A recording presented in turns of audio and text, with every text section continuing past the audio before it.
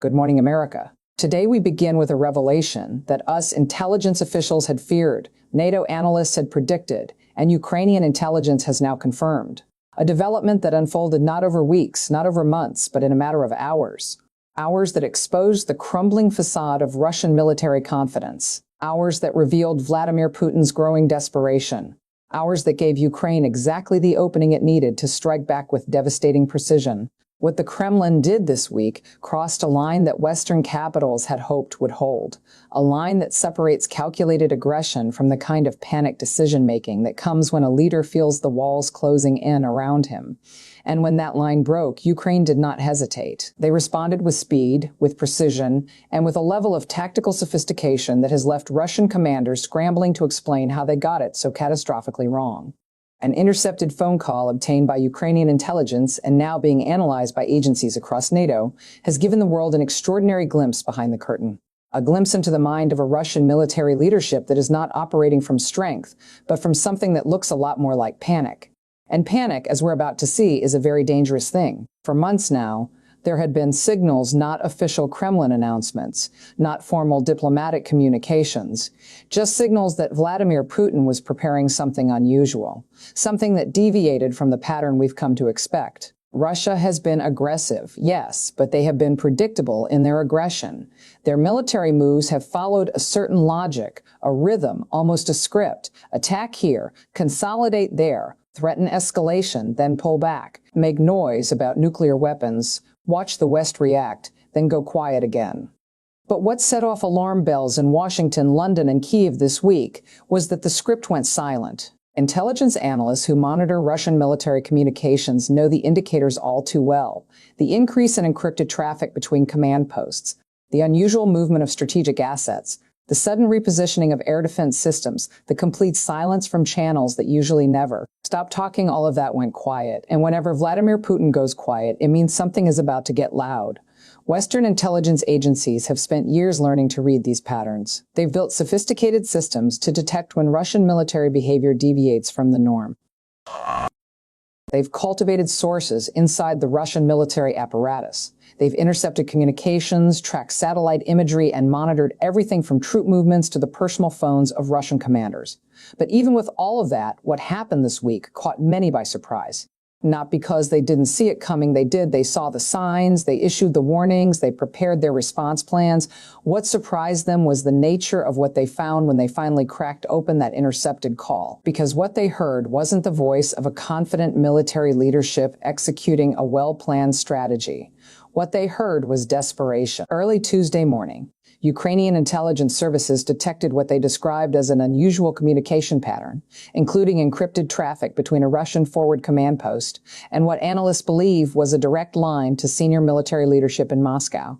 These are the kinds of communications that Russian forces only use when they are signaling something very specific, an imminent offensive, a major strategic shift, or a response to a crisis that requires immediate decision-making at the highest levels. Ukrainian signals intelligence didn't know which category this fell into or whether it fell into all three at once, but what they did know was that Russia was changing its posture.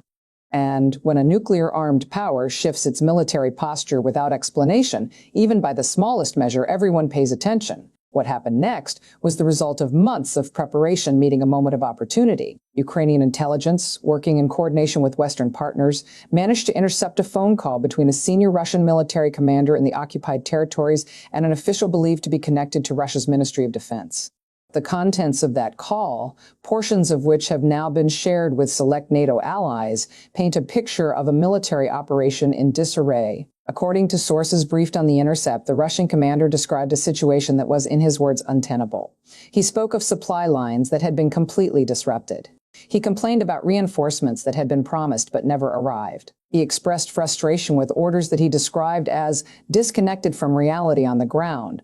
But the most revealing moment came near the end of the call. The commander, apparently believing the line was secure, said something that intelligence analysts have been parsing ever since. They don't understand what we're facing here. They think this is still February 2022. It's not. These people are not the same, and neither are we. That admission that Candid acknowledgement from a senior Russian officer that the situation has fundamentally changed represents something that Kremlin propaganda has been desperate to hide. Russia is not winning this war, and increasingly they know it. The intelligence assessment issued by us officials following the intercepted call was not normal, it was not routine, it was not symbolic, it was urgent. Briefing after briefing with congressional leaders described Russia's recent military movements as erratic, inconsistent with their stated objectives, and perhaps most importantly, indicative of a command structure under severe internal pressure, but desperation only works as a strategy if the target hesitates. Ukraine did not. In fact, their response this week was among the most coordinated and devastating we've seen since the war began. Here's what we know. Within hours of the intercepted call being analyzed, Ukrainian forces launched a series of precision strikes that demonstrated not just military capability, but extraordinary intelligence. These weren't the kind of strikes that rely on luck or general targeting. These were surgical operation strikes that hit specific buildings, specific equipment, specific command nodes that Ukraine could only have known about if they had real-time intelligence on Russian positions. They didn't just know where Russian forces were. They knew where Russian forces were about to be. Ukrainian drones, artillery, and long-range missile systems all coordinated in a way that left Russian commanders with no time to react. By the time the first explosions were reported, the second and third waves were already in the air.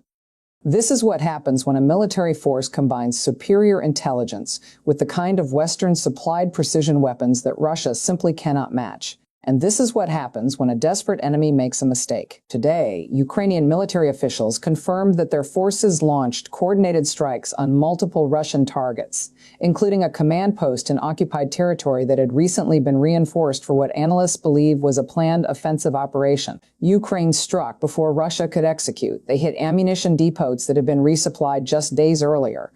They hit communication nodes that were coordinating movements across multiple sectors. They hit fuel storage facilities that were preparing to support a major armored push. In other words, Ukraine targeted the logistics backbone of a Russian operation before it could begin.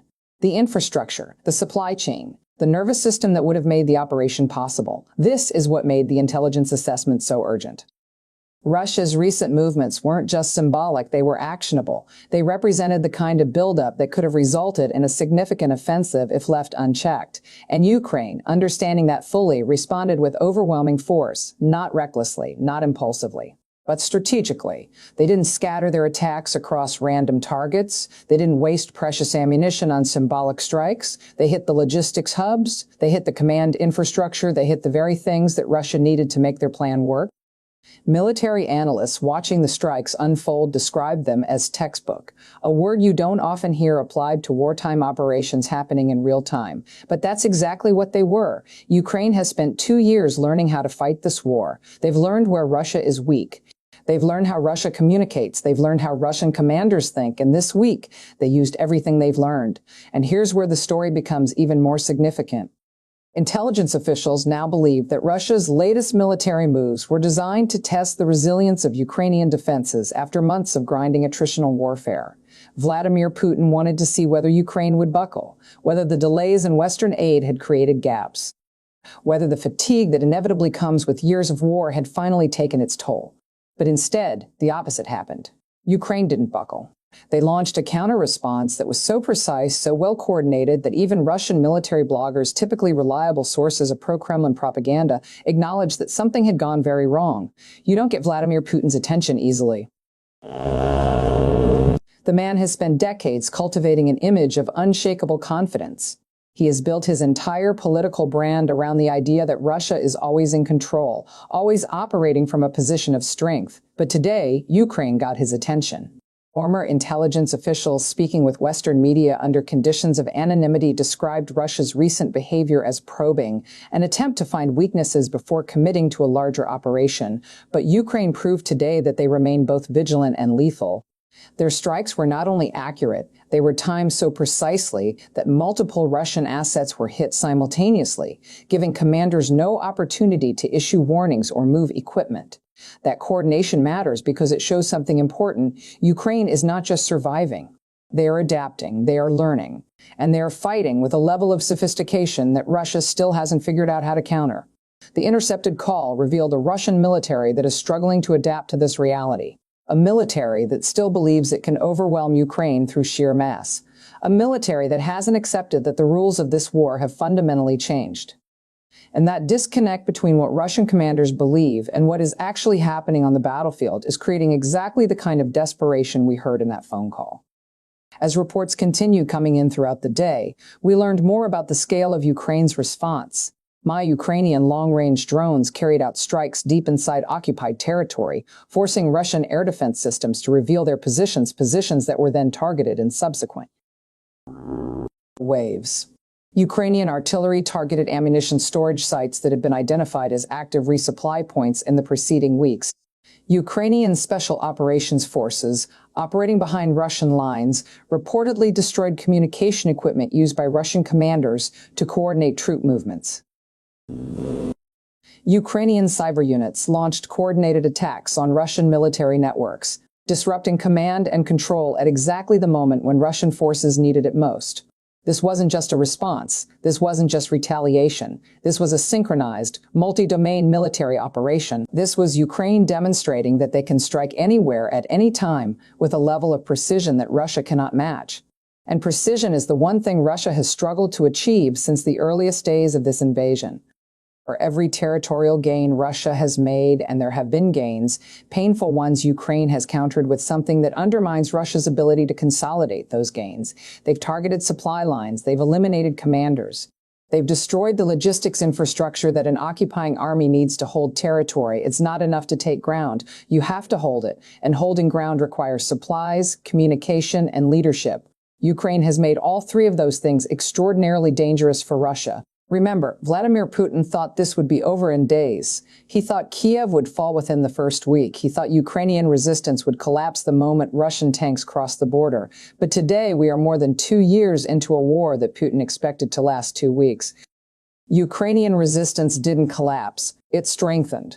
The Ukrainian military didn't retreat. It adapted. The Ukrainian people didn't surrender. They fought back with everything they had. And now the very tools that were supposed to guarantee Russian victory, their numerical superiority, their artillery dominance, their willingness to absorb massive casualties, have become liabilities, because Ukraine has found ways to neutralize each of those advantages. They've used Western-supplied precision weapons to destroy Russian artillery before it can be brought to bear. They've used drones to target Russian armor in ways that make numerical superiority meaningless. They've used intelligence to anticipate Russian moves and prepare devastating countermeasures. What we heard in that intercepted call was the voice of a Russian military that is beginning to realize, perhaps too late, that they fundamentally misunderstood what they were getting into. What makes this moment so critical and so dangerous is that Russia's latest moves happened at a time when Vladimir Putin is under extraordinary internal pressure. Russian military hardliners want more aggressive action. They want Putin to fully mobilize Russian society for war. They want the kind of total commitment that Russia has avoided for more than 2 years. Russian oligarchs want the war to end. They want sanctions lifted. They want access to their frozen assets. They want their yachts back. Russian families want their sons home. The mothers of Russian soldiers have become increasingly vocal, a development that Putin has worked hard to suppress. Russian military commanders want clear orders and adequate resources. They want a strategy that makes sense. And based on that intercepted call, they're not getting either. Putin is balancing all of these demands while fighting a war that has already cost Russia more casualties than any conflict since World War II. And when leaders in that position make sudden moves, when they deviate from established patterns, they're not doing it from strength. They're doing it from pressure. They're doing it from vulnerability. That's what makes this moment so dangerous. A desperate leader with nuclear weapons is not a stable situation. The intelligence assessment now circulating among NATO allies was designed to signal that the Western alliance is not willing to allow Russian desperation to translate into escalation. Officials said plainly that Russia's recent military movements were inconsistent with stated de-escalation objectives. That is diplomatic language for, we see what you're doing and we're not going to let you get away with it. You don't usually hear that tone from career diplomats unless something serious is at stake. The statement also made clear that NATO continues to support Ukraine's right to defend itself, including with strikes on military targets in occupied territory. That's an important distinction. Ukraine is not attacking Russia. Ukraine is attacking Russian military assets that are being used to occupy Ukrainian land, and under international law, that is entirely legitimate. What's not legitimate is Russia's continued occupation. What's not legitimate is Russia's targeting of civilian infrastructure. What's not legitimate is Russia's systematic destruction of Ukrainian cities. The intercepted call revealed a Russian military leadership that knows they are losing the moral argument, losing the military argument, and increasingly losing the support of their own population. That's a lot of losses for one phone call. Meanwhile, Ukrainian President Volodymyr Zelensky addressed the Ukrainian people in a brief but powerful speech today. He said, "We hear their panic, we see their confusion, and we will use every moment of it," he said. "Our forces have shown once again that Ukrainian courage is more powerful than Russian numbers." And he said, "To those who question whether we can win, watch what we did today, and then ask that question again." These are not rhetorical flourishes. These are statements from a wartime leader who understands exactly how high the stakes have become. Zelensky knows that Ukraine's survival depends on maintaining Western support. He knows that every successful operation strengthens his position in Washington, in Brussels, in every capital where decisions about aid are being made. And he knows that what happened today, the intercepted call, the successful strikes, the demonstration of Ukrainian capability, represents exactly the kind of moment that changes narratives. This is not a stalemate. This is an active, dynamic conflict where Ukraine continues to demonstrate that it can not only defend but attack. And that matters enormously. Here's what makes the situation even more concerning. Russia's latest military moves weren't isolated. Along with the troop repositioning that triggered this week's events, Russian naval forces in the Black Sea have increased their activity despite having lost multiple ships to Ukrainian attacks. Russian cyber units have intensified their attacks on Ukrainian infrastructure, suggesting coordination with military operations. Russian proxy forces in other regions have increased provocative behavior, potentially designed to distract attention from Ukraine. Russian diplomatic channels have gone notably silent, the same pattern that preceded the initial invasion. All of this happened within the same 72-hour window. When Russia moves multiple pieces at once, it means something larger is underway. It means someone in Moscow has made a decision. It means the pattern we've been tracking is about to change. The intercepted call suggested that Russian commanders don't fully understand what that decision is. They're receiving orders that don't make sense to them. They're being asked to execute operations without adequate resources. That's the definition of a military in crisis. Intelligence analysts are now considering several possibilities. One is that Russia is preparing a spring offensive, a last-ditch attempt to achieve some kind of military breakthrough before Western aid fully arrives, and Ukrainian capabilities increase even further.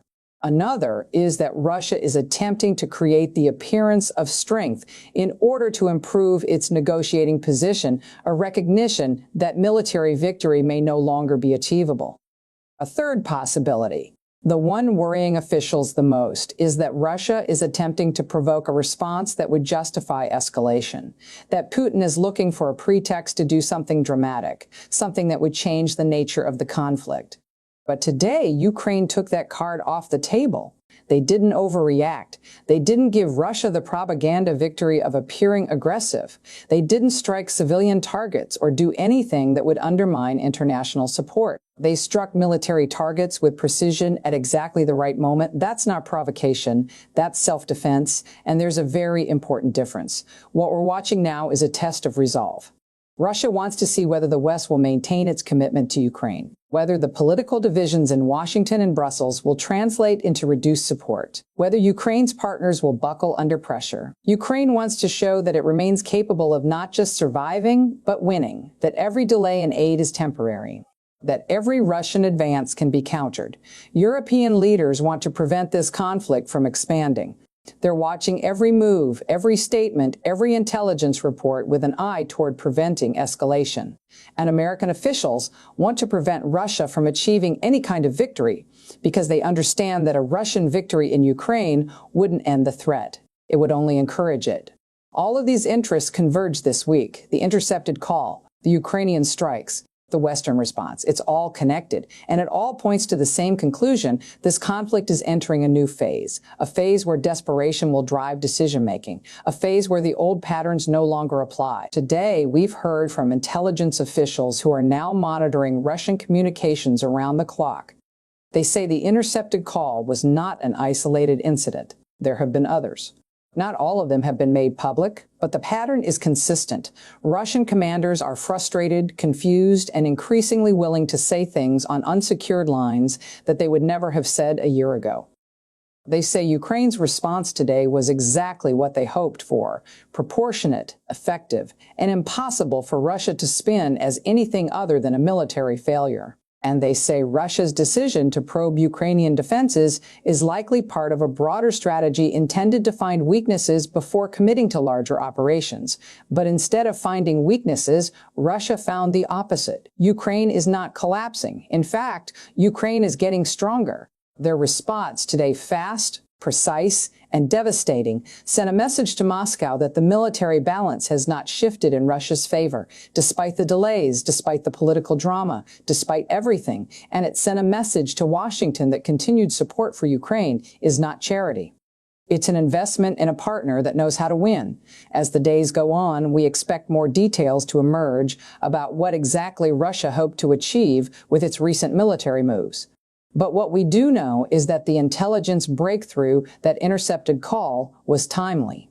It exposed Russian desperation at exactly the moment when some in the West were beginning to question Ukrainian resolve.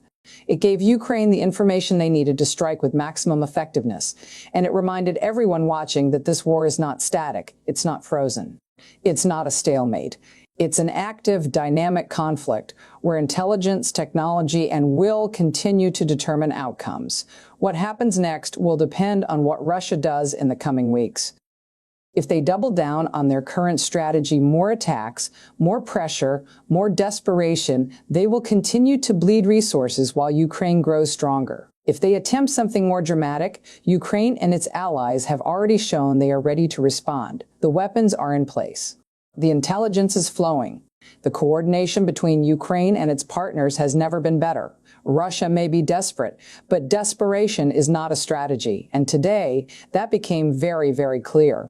And today, for the first time in months, the Kremlin appears to be genuinely uncertain about what comes next. Moscow is quiet. Too quiet. And when Vladimir Putin is quiet, it means he is calculating. It means he is weighing his options. It means he is choosing his next move very, very carefully. Because today, Putin learned something that he has learned many times before, but seems incapable of accepting: that Ukraine will not surrender, that the West will not abandon its allies, and that desperation, no matter how dangerous, is not the same as strength. The intercepted call revealed a Russian military that is struggling, a command structure under pressure, a leadership that is making decisions based on fear rather than strategy. This story is far from over. The war in Ukraine will continue. There will be setbacks. There will be difficult days ahead. The road to victory, if victory comes, will be long and painful. But today, one thing is clear. Ukraine is not just surviving. They are fighting. And when they fight, they win. Russia is not in control. They are reacting. And when they react, they make mistakes. And the world is watching every move, every decision, every intercepted call that reveals the truth behind the propaganda. We will be here, watching every detail, reporting every development as the next phase of this conflict unfolds. Because what happens in Ukraine doesn't stay in Ukraine. It affects all of us. And today, Ukraine showed exactly why that support matters. They showed us what they can do. They showed Russia what they can do, and they showed the world that this war is not over, not by a long shot. This has been Rachel Maddow. Thank you for watching. Stay with us for continuing coverage of this developing story.